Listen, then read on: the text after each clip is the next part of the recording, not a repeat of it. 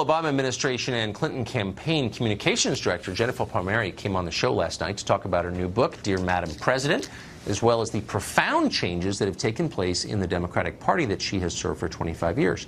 We ran out of time last night, but our conversation continued after the show, some on camera and some not. She didn't seem to enjoy it very much. I did. Anyway, today she tweeted this. Tucker Carlson tonight is supposed to air a segment about my book. Don't hold out high hopes for it. It was like we were speaking different languages. Expect to see blank stares from him. We see those every night. And hemming from me as I struggle to explain the obstacles women face. I didn't think it was that bad, but you can judge. Here's a portion of it. So what's the book about?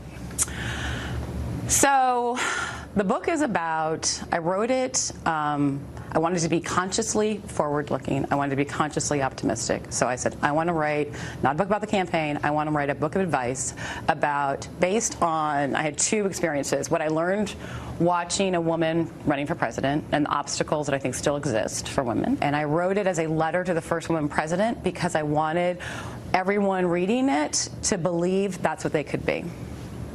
So it's not strictly speaking a political book. It's really not a political book at all. So as you assess the obstacles to women rising either in politics or in business or in any field, right?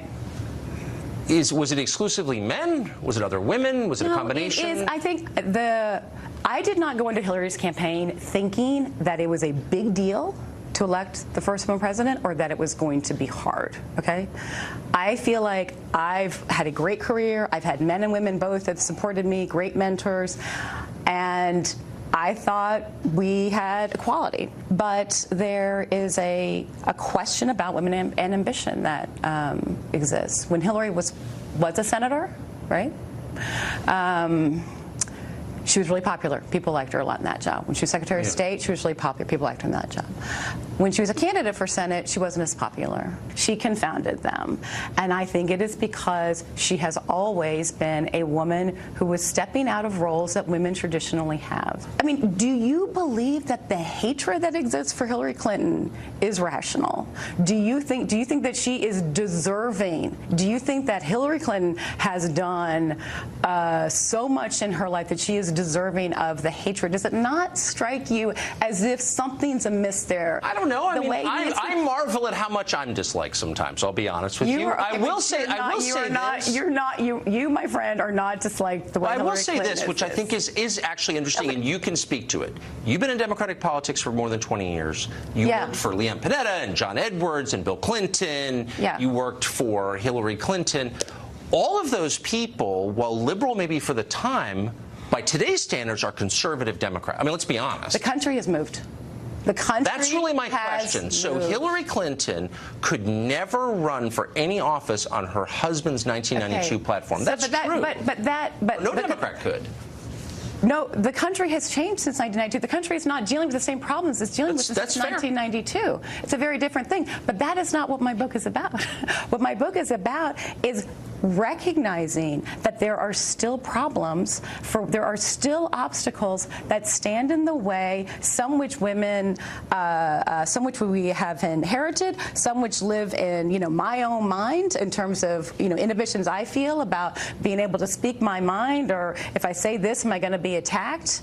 And what I am doing in the book is saying, don't worry so much about whether or not you think your perspective matters. Let me promise you that it does. Let me promise you you have something interesting to say. Let me promise you if you're a woman at a table and there's mostly men around you, your perspective is more important, not less. Like, those are the lessons that I had to learn in working in a White House. Jennifer Palmieri, thank you for that. Thank you, Tucker. We tried to be fair in the way we presented that. It was a very long conversation, so if you want to hear more, it's on our Facebook page, which is Tucker Carlson Tonight. Leave a comment if you're there. It'll go up also on foxnews.com. For a reaction to what you just saw, author and columnist Mark Stein joins us. Mark, that conversation got me thinking about, she asked, I thought actually a pretty good question, which is why do people dislike Hillary Clinton so much? And I think I actually thought about it, because Hillary's not the most offensive on policy among all Democrats, but she grates. Why is that? And I think it's because there's this weird thing that she does where She sells herself as a very strong figure, and I think she is tough, actually. It's one thing I like about her. And then when attacked, immediately retreats into the victim pose. You can't say that I'm a woman, you're sexist.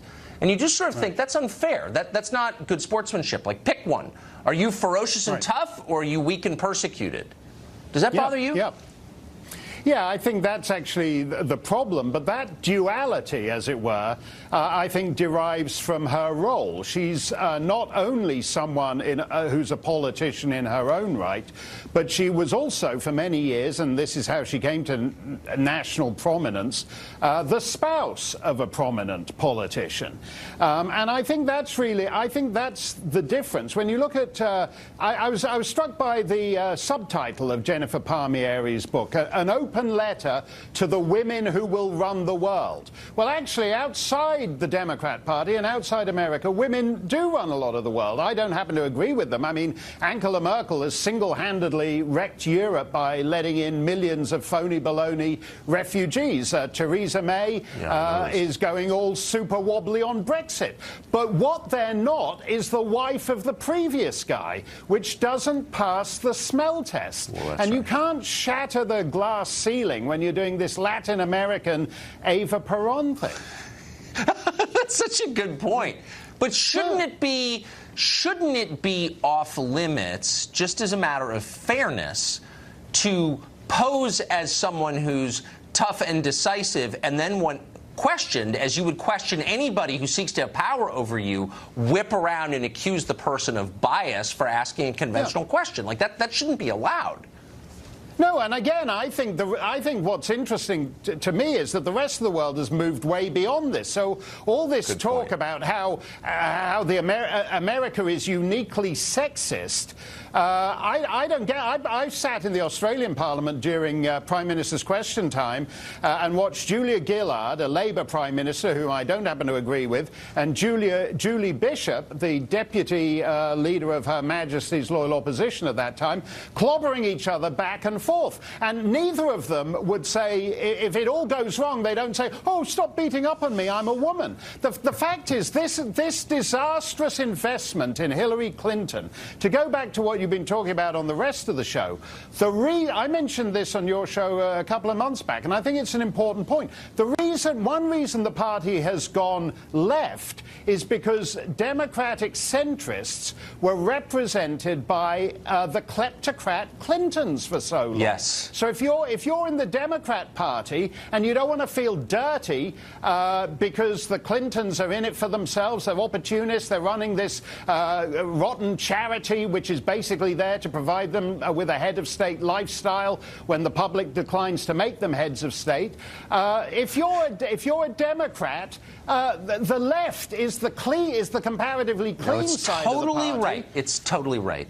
They discredited by their sleaziness centrist politics.